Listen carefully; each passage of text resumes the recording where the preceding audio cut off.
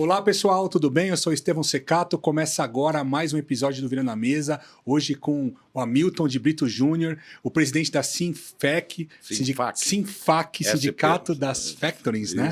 É do Estado de São Paulo? Estado de São Paulo. E também da Abrafec, né? Abrafesc. É um dos currículos maiores que a gente tem aqui no Virando a Mesa. Também é fundador da Credere, né? Que é um fundo também, né? Um FDIC que opera aí há 30 anos no mercado.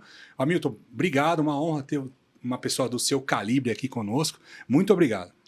Eu que agradeço e fico muito honrado de ter sido convidado para esse podcast, porque eu já vi alguns episódios de vocês e só tem gente fera aqui, né? Pô, obrigado. Obrigado. Então, me apresentando, você já me apresentou. Na verdade, eu estou no ramo há quase 30 anos, certo? Vou completar 30 anos esse ano. Comecei com uma empresa Credere, consultoria e fomento mercantil. E, na época, a consultoria, porque eu comecei a empresa em 95, em 95 saiu uma legislação, quando contemplaram a factoring, a primeira definição de factoring que saiu foi exatamente do imposto de renda, o que era factoring? Factoring era uma atividade mista de prestação de serviços, de avaliação de crédito, de avaliação mercadológica, conjugado com aquisição de direitos creditórios. Então, por causa dessa prestação de serviço que saiu na definição, acabou sendo necessário também, foi incluído na lista de serviços. Então, a factoring passou a ser tributado também na parte de serviços pelo ISS. Então, quando nasceu essa definição, eu fui diretor de uma multinacional muito grande, era a Degussa. Trabalhei lá 25 anos, quase 26 anos.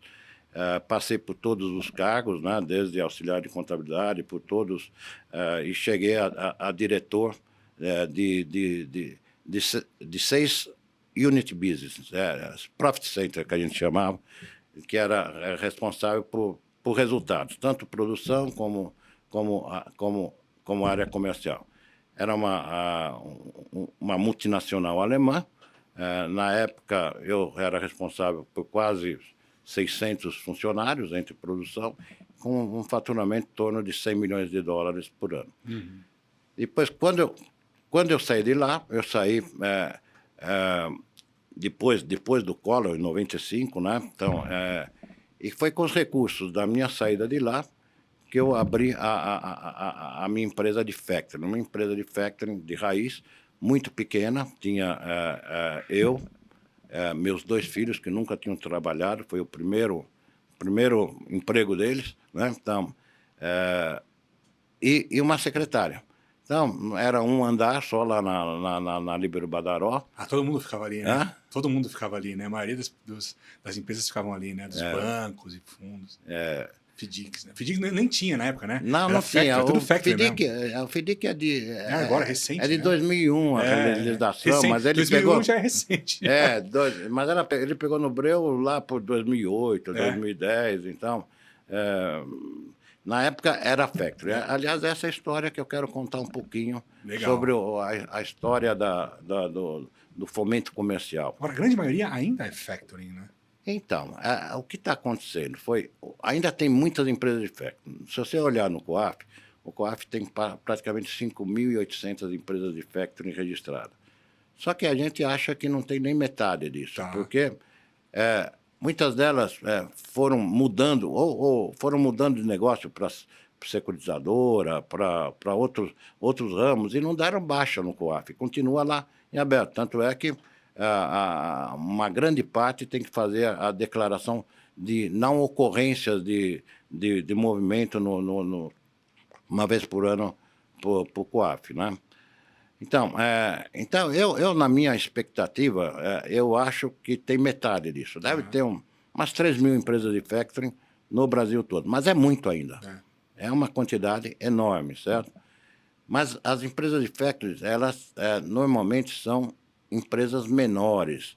Aliás, menor do que isso ainda, existe a ESC.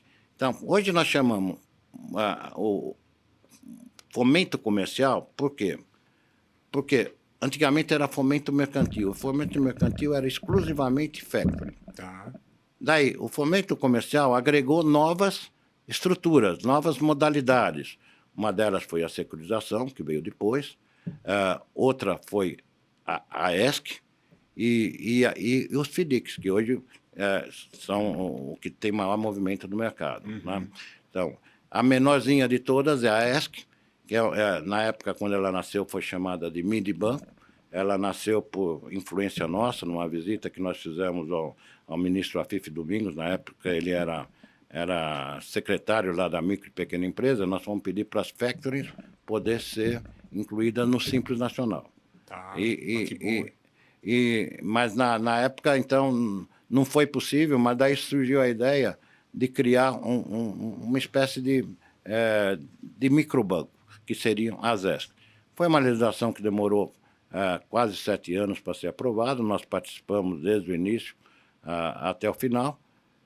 E depois que ela nasceu, essa lei da ESC, 167/2019, é que nós decidimos criar essa associação nacional, a Abrafesc. Então, o ESC final é da Empresa Simples de Crédito. Certo? Interessante, então, interessante. E essa foi uma associação que nasceu em plena pandemia, com grandes dificuldades, porque era uma associação nova, não tinha associado, não tinha dinheiro, não tinha, mas já tinha uma estrutura muito boa do Sinfac, o Sinfac de São Paulo. Mas existiam outros sindicatos também no Brasil, acho que são 14 no Brasil todos, e que eles se ajuntaram a nós, alguns sindicatos grandes, como de Minas Gerais, é um sindicato bem grande, o de Santa Catarina também, o Espírito Santo, Manaus, depois está vindo junto outros, como Bahia. Então, e o espírito dessa associação foi fortalecer os sindicatos estaduais. Por quê? Porque eles estão perto do mercado, têm contato direto do mercado, conhecem as dores do mercado. E podem... e, às vezes, eles são pequenos, não têm estrutura para fazer uma prestação de serviço. Mas o Sindicato de São Paulo já tinha essa estrutura. Então, o Sindicato de São Paulo, quando ele era... Até a reforma trabalhista, ele tinha aquela contribuição obrigatória acabou a contribuição. E daí nós falamos, e o que agora que a gente faz? Né? Então, porque nós tínhamos já uma prestação de serviço muito, muito forte, e temos até hoje. Né? Então, daí nós abrimos para o que nós chamamos de sócios voluntários, não necessariamente que estava aqui em São Paulo. E daí nós recebemos associados do Brasil todo. São inclusive factorings associados. Factorings voluntários. Então, não era da nossa base, mas então acabou se tornando praticamente um sindicato nacional e com muita representatividade e com muita gente até, por exemplo, você conheceu o Ney da Multiplique, Sim. foi um dos que se associaram com a gente. E o Daniele também, associado. Tá todo mundo com você lá. Quantos associados são hoje? Nós temos 750 em São Paulo. Caramba. O grupo todo desses sindicatos associados aí que eu falei deve ter em torno de 1.200. Quer dizer, quase que a metade, né? Você tem 3.000, né? Mas é que nesse grupo inclui também as ESCs. As ESCs são 1.000 ESCs no Brasil. Como é que funciona a ESC? Qual que é onde acaba uma, começa a outra? Como é que é esse mercado? Então, a ESC foi uma lei que nasceu dentro do Ministério da Micro e Pequena Empresa para micro e pequena empresa. Então, é só elegível para trabalhar com a ESC clientes que estão dentro do limite do Simples, 4.800.000 por ano. Tá. Então, se fatura acima disso, não pode ser cliente da ESC. A própria ESC tem essa limitação de 4.800 para a sua receita. Não pode ultrapassar também disso. E ela tem, quando ela nasceu, foi muito difícil, por isso que ela demorou 6 anos, ela teve até veto presidencial, foi numa segunda vez que ela passou. Ela nasceu com muitas restrições. Então, por exemplo, só pode operar no município sede e municípios limítrofes. Então, e hoje o negócio que virou muito mais tudo por internet. Então, isso é muito difícil controlar isso daí. Então, essa é uma limitação muito brava que atrapalhou um pouco o desenvolvimento da ESC. E tem algumas outras. Ela só pode operar com capital próprio, não pode ter nenhum capital... Nenhuma alavancagem. E tem algumas outras coisas, mas nós estamos trabalhando nisso. Nós temos já um PLP que já passou no Senado, relatado pelo senador Laércio Oliveira, para tirar essas amarras. Então, já passou na CAI do Senado e agora está para ir para a Assembleia, deliberativa, lá, o plenário, para ir para o plenário. Né? Então, eu acho que talvez esse ano tenhamos boas notícias, mas nós temos alguns problemas com isso em relação ao próprio Banco Central, que ele... porque acho que essa é a diferença. Ela é tal qual a Factory, ela pode fazer operações de empréstimo e tudo mais, e não precisa de autorização do Banco Central. A única coisa que ela precisa é fazer o registro das suas operações numa registradora oficial do Banco Central. Tá. Então, isso faz parte da lei e isso deve se manter intocado. É a forma que o Banco Central pode exercer um controle macroprudencial do que está acontecendo. Então, por isso, as ESCs ainda não decolaram tanto como ela devia. Temos hoje em torno de 1.000 ESCs no Brasil, tá? Mas se tirar, mas ela está patinando muito. Muitas empresas abrem e muitas empresas fecham. Então, ela já está em torno de 1.000, já há mais de um ano que ela entra e sai gente, entende? Então, mas na hora que a gente tirar essas amarras, eu acho que ela pode dar uma deslanchada muito boa por um motivo. Ela é a única modalidade dentro do fomento comercial que tem direito a lucro presumido. E o lucro presumido tem algumas vantagens, especialmente na parte de tributação, não só a alíquota, apesar que tem uma presunção um pouco alta, mas de fazer pelo regime de caixa. Então, toda essa história de perda do cliente e não sei o quê, você só reconhece a receita na hora que o cliente paga. Quer dizer, se tem uma unidade de implemento alto, que é o que está acontecendo nos últimos anos, você consegue se beneficiar porque você não recebe também, né? Você não tributa, você não paga o imposto, pelo menos. O problema, por exemplo, na FEC... Você não tributa o que você não recebe. Né? Na FEC, a nossa grande briga que nós estamos até hoje é que existe um ato administrativo lá do governo de 30 anos atrás que diz que a Factory tem que reconhecer a receita na cabeça. No momento que ela faz o negócio, o diferencial entre o valor de face do título e o valor que ela paga. Só que... Mesmo sem receber? Mesmo sem receber, não importa receber. Mesmo sem... os bancos usam sistema de competência. Você compra uma duplicata de 4 meses, apropria os juros a cada mês, mês a mês. A FEC tem que apropriar tudo de uma vez e já pagar o imposto antecipado, entende? Então, é uma luta que nós estamos e quase que bateu na trave na reforma tributária, quase que nós conseguimos, mas nós estamos por outros caminhos agora, diretamente na Receita Federal, tentando resolver essa situação, e acho que nós vamos resolver, porque é um entulho burocrático do passado. Um entulho de 30 anos atrás, que na época as factorings não eram muito bem vistas, certo? Criou uma... eu, quando entrei nesse mercado 30 anos atrás, quase que a gente era considerado bandido, tá? Quase agiota. Né? Era agiota. Todo mundo aquela história, agiota legalizado. Né? Eu já ouvi muito isso. Então, mas, graças a Deus, nós mudamos esse perfil pela profissionalização. O sindicato foi muito importante nisso, porque nós fazemos muitos cursos, certo? De todos... então, houve o sindicato em si presta serviço, não? O sindicato mas muito serviço. Essa é a diferença. Por que nós, quando abrimos para o Brasil todo, veio um monte de gente? Por causa da prestação de serviço.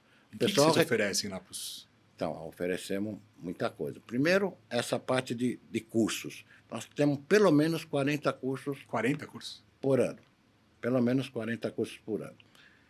Temos também, além do curso presencial, ou agora os funcionários dos associados. Todos os funcionários têm que ser associados e vale para todos os associados, né? Então, além disso, nós temos uma coisa fantástica, que é o EAD, ensino à distância. Então, ou seja, quando você contrata um funcionário na tua FEC, no teu FIDIC e tudo mais, você precisa treinar ele.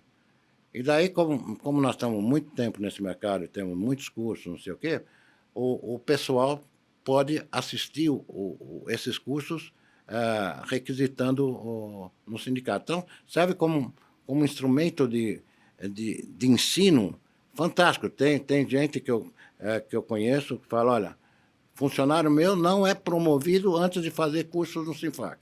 Então, legal, então, certo. Isso é uma coisa, mas nós temos também a consultoria jurídica. A consultoria jurídica, desde o começo nós temos, e essa consultoria jurídica que a gente dá, se tem qualquer dúvida, nós damos resposta por e-mail em um dia ou 2 dias no máximo, mas nós temos também essa consultoria jurídica, tanto operacional, como a consultoria jurídica da parte tributária e contábil. Então, são 2 consultores. Um faz a parte operacional e outro faz a parte contábil e tributária.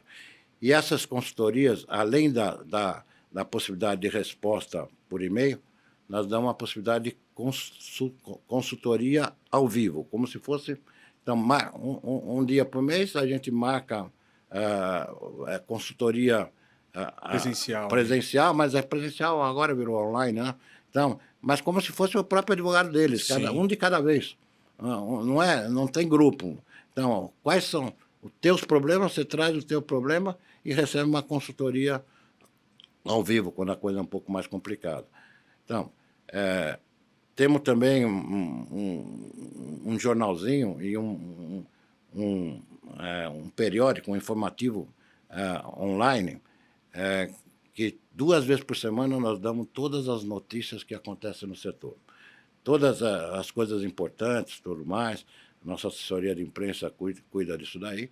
E temos também uma revista que é trimestral, que, aliás, depois vou deixar uma com você para conhecer. Então, eles se sentem...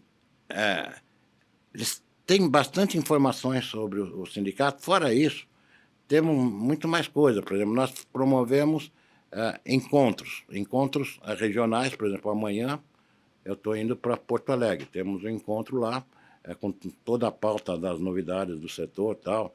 Então, estamos com 200 e poucas pessoas inscritas, mas é um local regional. Mas nós temos 2 eventos muito grandes, que um é em Campinas, que começou como encontro regional, lá de Campinas. Eu lembro que tinha 70, 80 pessoas, e agora, nos últimos, nós temos tido mais de 450 pessoas.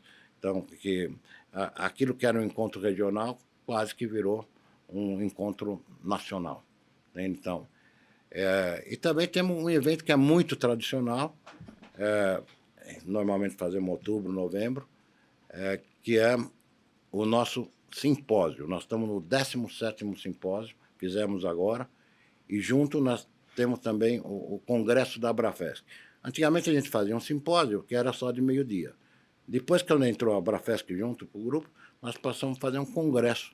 E esse congresso, então, passou a ser de um dia inteiro, com direito ao almoço, com tudo mais, e happy hour. É um sucesso. Tivemos mais de 600 pessoas nesse que veio de novembro. Foi em novembro passado, né? Fora isso, nós temos o sindicato e a associação, acho que oferece a coisa mais importante que existe, mais nobre que existe, que é a representação. É a representação perante as autoridades constituídas. É importantíssimo. Senão não teriam passado essas leis que vocês falaram, né? Que você comentou, né?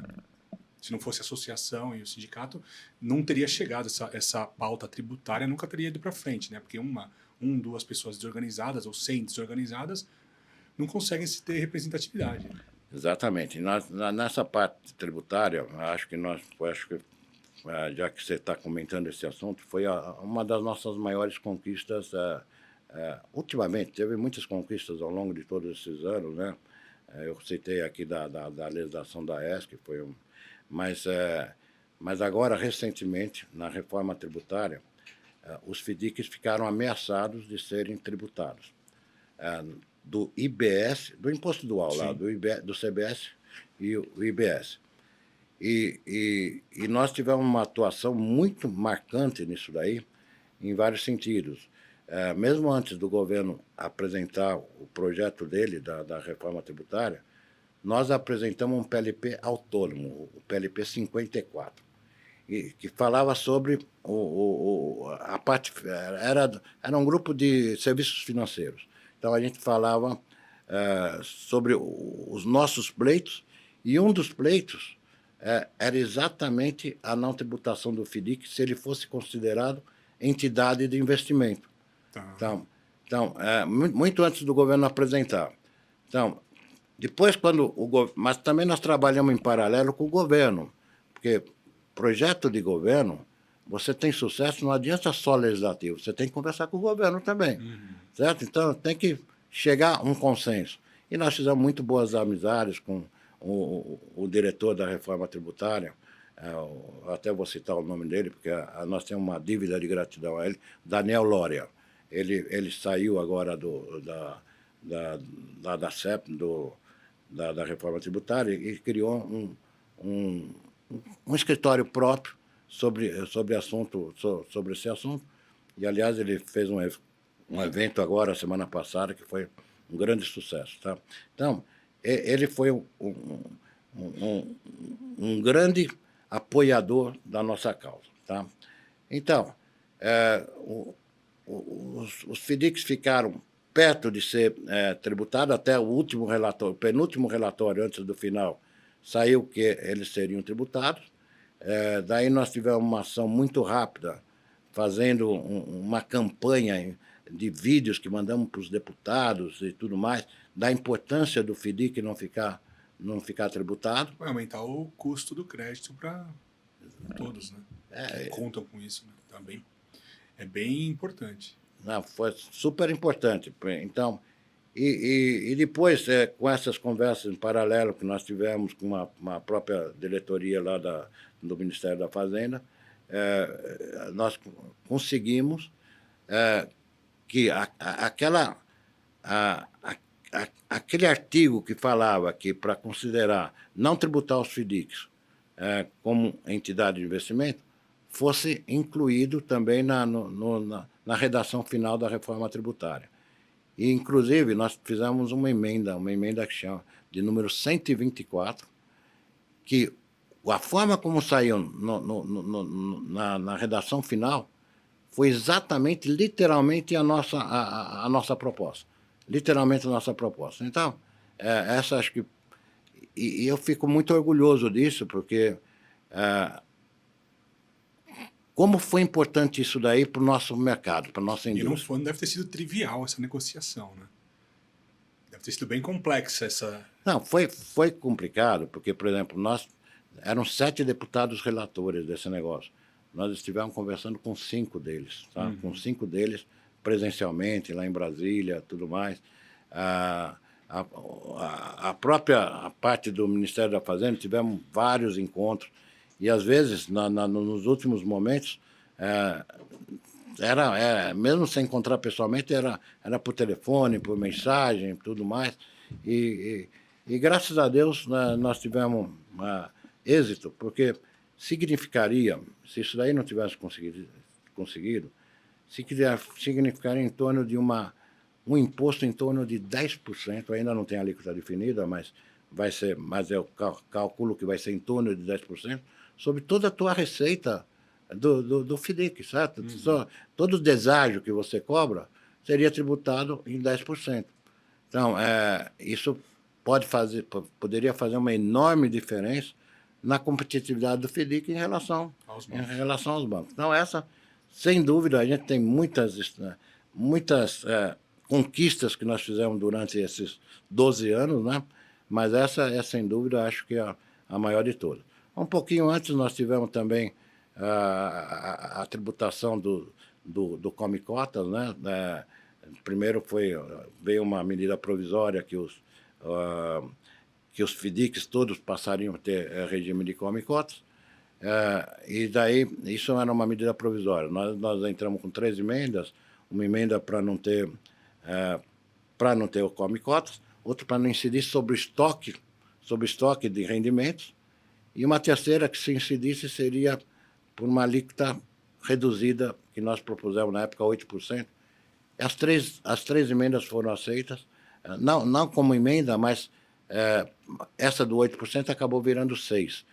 Mas essa medida provisória foi anulada por uma outra lei, que quando o governo quis fazer a tributação dos fundos exclusivos, então tudo aquilo que já tinha lançado e todas aquelas emendas que haviam sido discutidas, porque essa, acho que era de agosto, a medida provisória, e a lei que foi pelo deputado Pedro Paulo, acho que foi lá de novembro, mais ou menos. Daí, tudo isso aí foi considerado. Então, também foi uma outra grande vitória dos FDICs, considerado entidade de investimento. Então, como já existia essa previsão para o regime de come cotas, nós trouxemos também essa ideia para a parte tributária, né? E a parte do IBS e CBS. Então, graças a Deus, eu acho que o momento para os FDICs é muito bom. É muito bom em termos de regulamentação. Temos uma nova regulamentação do 175, né? Que teve muitas novidades que foram implantadas, né? E a parte da tributária também ela ficou boa. Então, eu acho que tem um bom ambiente para o negócio de FDIC decolar, que pode aumentar o mercado. Então, Ô, Milton, como é que esse mercado de crédito evoluiu? Vocês têm falado bastante no novo mercado de crédito. Legal. Como é que legal.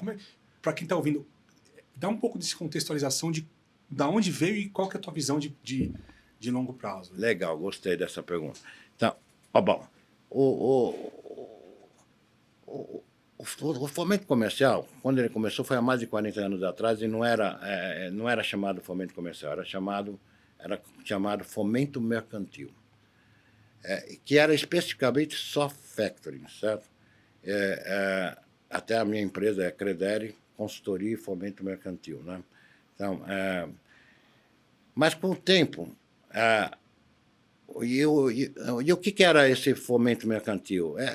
Era exatamente a compra de direitos creditórios com um deságio. E normalmente era feito com duplicatas performadas. Uhum. Então, o risco do negócio era sempre o risco do sacado. Então, a gente analisava muito bem se podia aceitar aquela duplicata ou não. E o risco do cedente não era importante nesse momento, é a tal da securitização. Então, tanto é que esse foi o grande pulo do gato no nosso mercado, porque nos permitiu trabalhar com clientes desbancarizados e até negativados. Então, porque a gente olhava para quem ia pagar a conta, que era o risco sacado. Uhum. Então, isso foi como originou as factories, tá? Depois, com o passar do tempo, aconteceu o seguinte, que uma grande dificuldade foi o sacado que não queria pagar para a gente, não queria pagar para a factory. Então, até foi objeto de já 8, 10 anos atrás, nós conseguimos uma legislação específica para nós, artigo 73A, que falava que para as micro e pequenas empresas dentro do Simples, não podia proibir a circulação dos títulos, entende? Mas e até essa legislação que nós conseguimos lá atrás foi confirmada agora na duplicata escritural, que anula qualquer cláusula que vede a negociação dos títulos. Mas é tradição no mercado, porque o sacado, o grande sacado, tem muito poder econômico sobre o cliente dele, né? e ele não autoriza a negociação de títulos.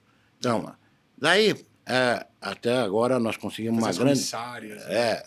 Aí que eu ia chegar. Então, o que aconteceu? O mercado daí, como já não permitia pagar para nós, começou a nascer as comissárias. Uma comissária muito bem intencionada na época, que era aquela comissária do cara que ele já tinha vendido, e só o sacado não pagava para nós, precisava pagar para ele. Então, na época, se desenvolveu aquela tal comissária, que era o pessoal, eu faturei aqui, está aqui a nota, e eu vou receber dia tal, e você me cobra um dia depois que o dinheiro entrar na minha conta, normalmente dava um cheque até, e vinculava aquela. Então, essa comissária foi uma coisa que nasceu para resolver esse problema do sacado que não pagava para a terceira. Mas depois, o mercado é muito criativo e evoluiu. Então, não era só para duplicata performada. Começaram a fazer também para as operações clean, para operações de a performar ainda, a fabricar e tudo mais. Então, isso criou um problema no mercado. Por quê? Qual que é o problema? É um problema de segurança jurídica. Para o financiador. Né? Para o financiador. Então, quando... Às vezes para o cliente, porque às vezes o cliente tem um boleto ali de um pré-faturamento, que o cliente recebe, não recebeu a matéria-prima e está sendo executado, às vezes cobrado, protestado, o negócio que nem recebeu. Né? É isso mesmo. É completamente fio de bigode, porque eu nunca vi nesses 30 anos alguém ganhar na justiça uma duplicata comissária. Tá? Aliás, o grande problema das nossas recuperações judiciais hoje é tudo comissária. Tá? Porque se a mercadoria entregue é duplicata performada, não é elegível para a recuperação judicial. É extraconcursal. Então, então, o mercado começou a criar essas comissárias,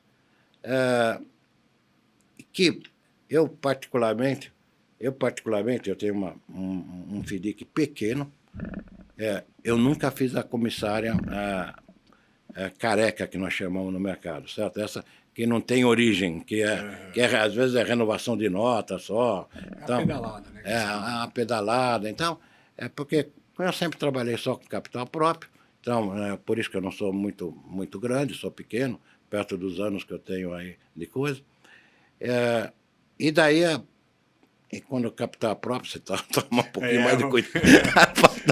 Toma um pouquinho mais de cuidado, né? Na veia, né? Então, mas depois, daí que eu chamo... então, esse era o factoring mais do passado, que começou a evoluir para operações de crédito, mas sem segurança jurídica, que eram essas comissárias. Mas daí o que eu chamo novo fomento comercial foi quando veio a bancarização. Então, isso mudou muito o nosso negócio, porque aquelas duplicatas que podiam ser comissárias, não precisa ser mais comissária, ela pode ter uma conta escrow. E você recebe, se ela é verdadeira, ela não é careca, não é clean, você vai receber na conta, certo? Então, isso mudou o nosso mercado completamente. Não é só pela conta escrow, mas, por exemplo, o nosso mercado sempre fez securitização, pensando no cara que ia pagar. Daí começamos a pensar, por que não fazer crédito também? Então, o nosso mercado começou a fazer crédito para o cedente, coisa que antes não fazia no velho fomento. E por quê? Porque começou a usar as CCBs. As CCBs que são, através de bancos parceiros, que no mercado se chama barriga de aluguel, né? Então, eles fazem, e depois endossa aquela CCB para o fomento. Quer dizer, né? o emissor da CCB, ele faz um empréstimo para um cliente, que é o cedente, não tem sacada mais no cedente. Cedente. E depois ele securitiza com o fundo e toma esse crédito. Né? Eu já vi que você entendeu do negócio, é isso mesmo. Falou 100% aquela. Ele faz isso. Mas isso mudou o nosso mercado, porque antes você fazia só securitização, você teve a oportunidade de fazer crédito, né, de forma com segurança jurídica, que antes a comissária nunca deu segurança jurídica. Você pode executar ou protestar o cedente. Sim, daí você tem todo o documento para executar o CDI. E mais importante, que não é só fazer o CCB, dar crédito, capital de giro. Não. São operações estruturadas, que você pode estruturar para, por exemplo, você dá aquele crédito, mas o meu objetivo continua sendo o fomento comercial. Eu quero receber aquelas duplicatas. Né? Eu quero receber aquelas duplicatas. Então, às vezes a gente faz crédito estruturado até com duplicatas a performar. Entende? Então, Sim. porque era muito comum, e ainda comum no mercado, o fomento à produção. A Factory fazia fomento à produção. O que é? E o fomento à produção, na sua origem, você compra a matéria-prima para o teu cliente e paga para o fornecedor dele. Direto fornecedor, né? Não para ele, porque senão o dinheiro pode sumir, né? E depois ele me paga com as duplicatas do que ele produz. Sim. Então, esse era o natural que fazia Factory. Só que, no fundo, você não consegue fazer isso, porque normalmente fundo tem que ser operação performada, a não ser que você tenha um não padronizado, certo? Mas aí, essas operações de bancarização, ou de CCB, permitiu também fazer essas operações estruturadas, tipo de fomento à produção. Entende? Então, e a gente tem muito orgulho de dizer que, não sei se você já entrevistou a BMP aqui, já o Carlos Benítez. Já. Nós, há 5 anos atrás, que introduzimos a BMP nesse nosso mercado. Uau. A Abrafesc, quando ela nasceu, sua primeira grande parceria foi com a BMP. Eles que são os líderes aí, né, nessas emissões. Disparado os líderes, disparado. Então, e eles são muito competentes, tá? Sim. Eles são muito competentes, então todas essas operações estruturadas é uma maravilha. Então, eu tenho muito orgulho de dizer que nós, da Abrafesc, colocamos a BMP no mercado. Depois, esse assunto de bancarização cresceu muito. Hoje está uma nova regulamentação que o Banco Central está fazendo agora sobre a regulamentação do BaaS, o Banco as a Service. Então, porque hoje tem muita gente, praticamente, muitas novas SCDs, SCDs, em princípio, são fintechs, que estão aptas a fazer esse tipo de operação. Mas a BMP é disparada a maior de todas e eu diria que tem a melhor estrutura de atendimento, certo? Então, essa é uma das grandes conquistas. Outra grande conquista do associativismo, nós temos...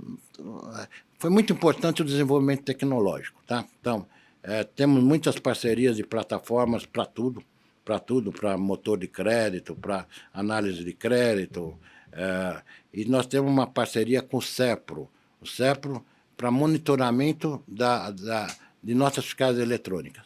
Tá.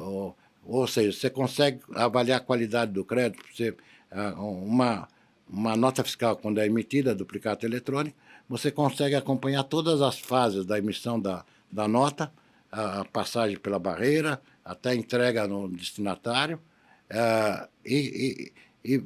No passado, a gente usava muito aquela história do canhoto. Aí, até hoje ainda a gente cobra o canhoto, e a parte muito importante do nosso setor sempre foi a confirmação. Como a gente dependia do sacado, às vezes tem uma estrutura enorme de confirmação. E esse produto que nós fizemos parceria com a Abrafesc, no último mês de dezembro, nós atingimos 3,2 milhões de consultas da classe. Por quê? Foi uma parceria que nós fizemos. Quanto mais aumenta a volumetria, mais cai o preço. Então, um preço que é normal para quem for direto, de 0,63 direto no CEP para fazer esse monitoramento, para nós sai 0,07. Então, é 90% de desconto, mas precisa ser associado da Abrafesc, né? E precisa ter uma tecnologia de integração.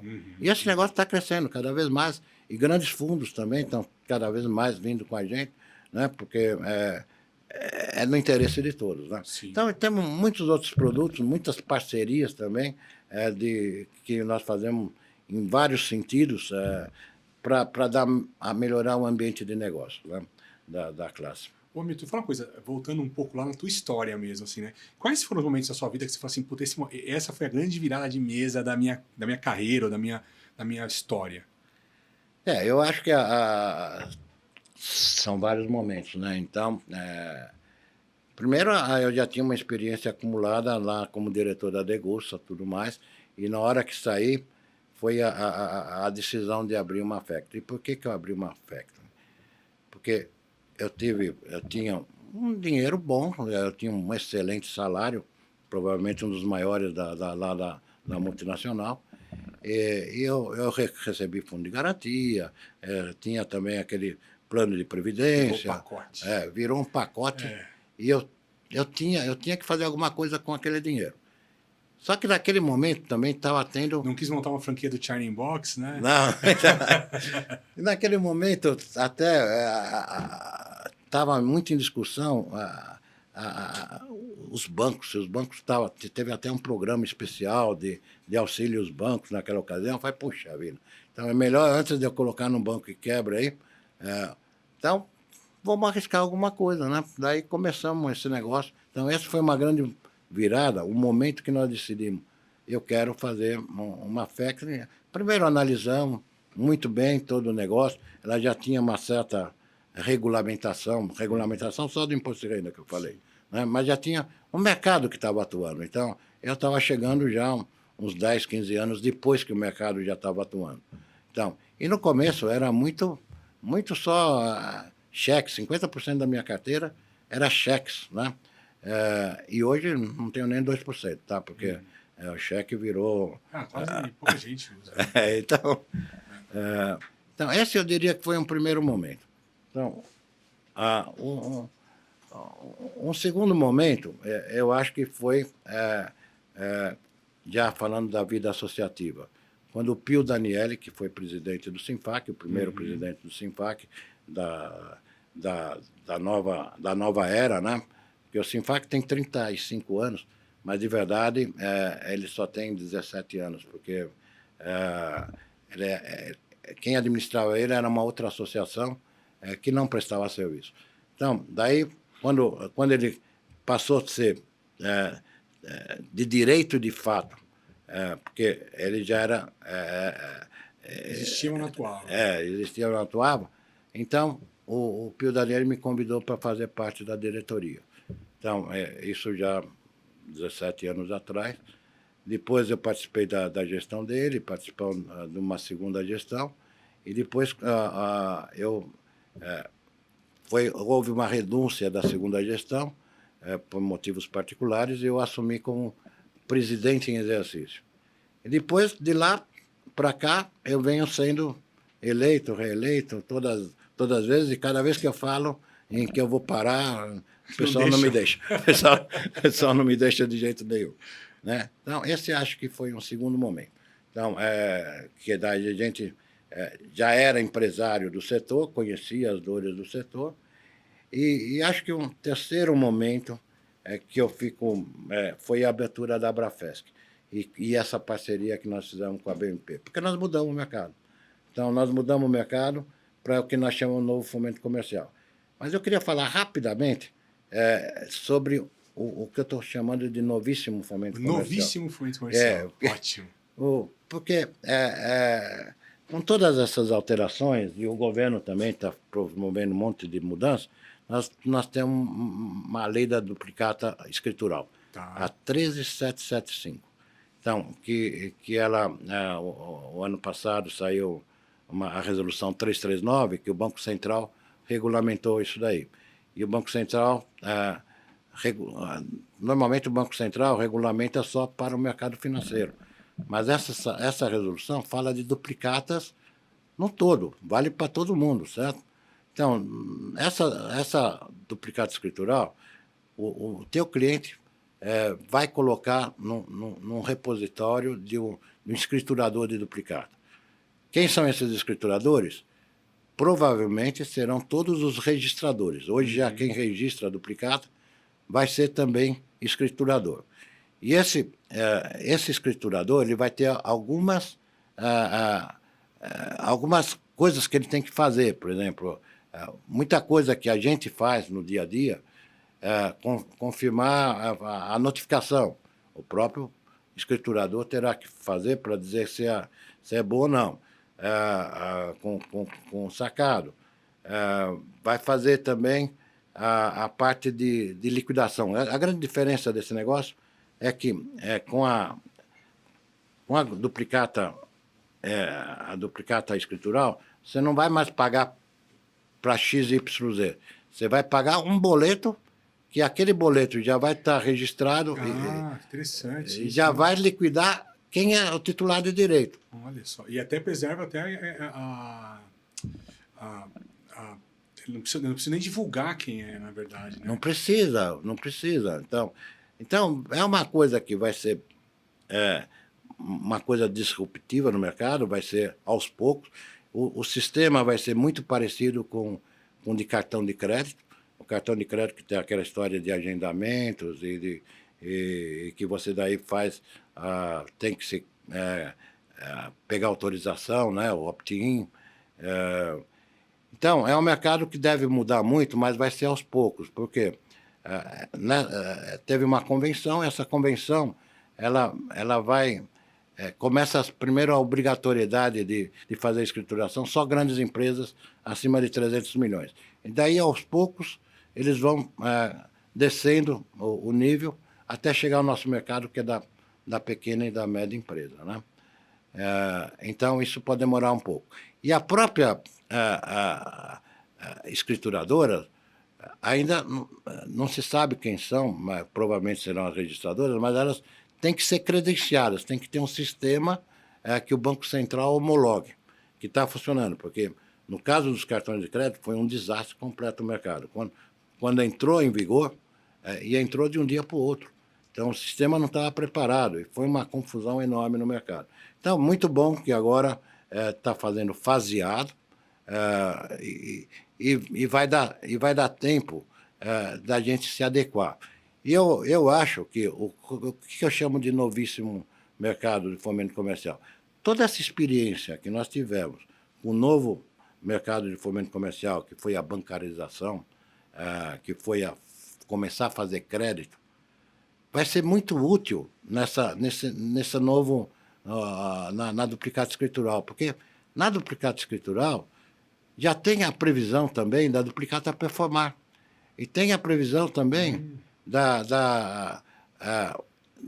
o que nós chamamos fumaça, do crédito de fumaça. Ou seja, você pode garantir, vamos dizer, as duplicatas futuras, você faz um crédito, e as duplicatas futuras vinculadas com esse negócio. Mas tudo isso a gente já aprendeu agora com esse novo fomento comercial. Então, vai ser muito útil para ajudar para a gente isso daí, certo? Agora, eu estive no Banco Central há um mês atrás, estive agora semana passada também. Tem um problema muito, muito sério nessa duplicata escritural, que nós vamos tentar resolver. É que na conceituação da duplicata escritural, separaram em dois blocos. Um é a aquisição de direitos creditórios, que é o que nós fazemos, o fomento comercial, ele compra títulos, compra direitos creditórios. E a outra definição foi de duplicatas descontadas, que é uma atividade típica bancária. Mas a grande diferença é que, para nós, para o fomento comercial, para os FIDICs, ficou como sem direito a regresso. Mas isso é complicado, hein? É super complicado, não tem o mínimo cabimento isso. E para a duplicata descontada tem direito de regresso. Então, nós estamos brigando por isso. Não pode, há uma legislação que ainda vai começar, mas ela, eu diria, começou começou mal nessa definição. Porque, vamos dizer, você tira a competitividade total do FIDIC, ou do fomento comercial, em comparação com os bancos. Porque você vai ter que prever um risco de crédito. Se você não tem direito de regresso, não tem direito à coobrigação, então... Mas você acha que os bancos eles têm alguma influência nisso? Eu quero acreditar que não. Eu achei no começo que fosse Um simples erro, porque na nossa história de factoring teve muito problema. Lá no passado, o Supremo julgou que factoring não tem direito de regresso. Então, e consolidou isso daí para factoring. Mas já todos os casos de securitizadoras, o FDIC nós já vencemos no próprio Supremo lá. Então, é assunto consolidado. Nós temos direito de regresso. Então, não pode uma resolução tirar um direito já adquirido. Você quer dar mais transparência para o mercado, mais liquidez para os títulos e, de repente, você está tirando um direito que já é conquistado. Não faz sentido. Exatamente. Deve ser um erro, deve ser um... Então, mas daí eu achei, bom, isso daí vai ser... é tão óbvio que vai ser superado. Uhum. Né? Mas daí, e das primeiras vezes que nós falamos, um ano atrás, 2 anos atrás, eles falaram, não, nas próximas vezes que sair qualquer alteração, nós vamos corrigir isso. Eu falei, tá tranquilo, vai resolver. Agora eu estive lá recentemente, aí, a semana passada, e não é bem assim, porque já saíram outras alterações e esse assunto não foi alterado. E percebi também que existe, dentro do próprio Banco Central, são 4 áreas lá que tem que decidir, não existe um consenso. Por causa daquele assunto que o Banco Central regula o mercado financeiro e não a gente. Então, eles quiseram separar uma coisa da outra. Mas acho uma tremenda injustiça. Eu acho que vai ser mudado, mas sentimos resistência. Não vai ser tão fácil a mudança. Então, a gente precisa se unir, o mercado, com as outras associações, tudo mais, para forçar um pouquinho a barra antes que esse negócio comece. Apesar que nós já temos decisões de Supremo que FDIC não tem direito de regresso, mas essa 339 foi depois dessa decisão. Então, e sempre tem aquelas litigâncias predatórias, os advogados mais espertinhos que vão falar, aqui não tem, está aqui escrito na resolução 339. Então, a gente precisa mudar isso. A gente vai iniciar uma campanha sobre esse assunto aí, vamos ver. Legal, Milton. Pô, obrigado pela presença, super história, sucesso, né, de anos, décadas, né, dessa trajetória nos fundos FDICs. Muito bom, muito obrigado. Eu que agradeço a oportunidade, tá? Parabéns, obrigado. Obrigado. E nós também temos um podcast, tá? A Abrafest tem um podcast legal. Fomento 360, já tivemos 14 capítulos que nós fizemos durante o nosso congresso, e agora nós estamos na 2ª temporada, estamos no 2º capítulo, e oportunamente eu quero convidá-lo para participar do episódio nosso. Ótimo, muito bom, obrigado. Ok. Ótimo. Pessoal, muito obrigado, nos vemos no próximo episódio e até breve.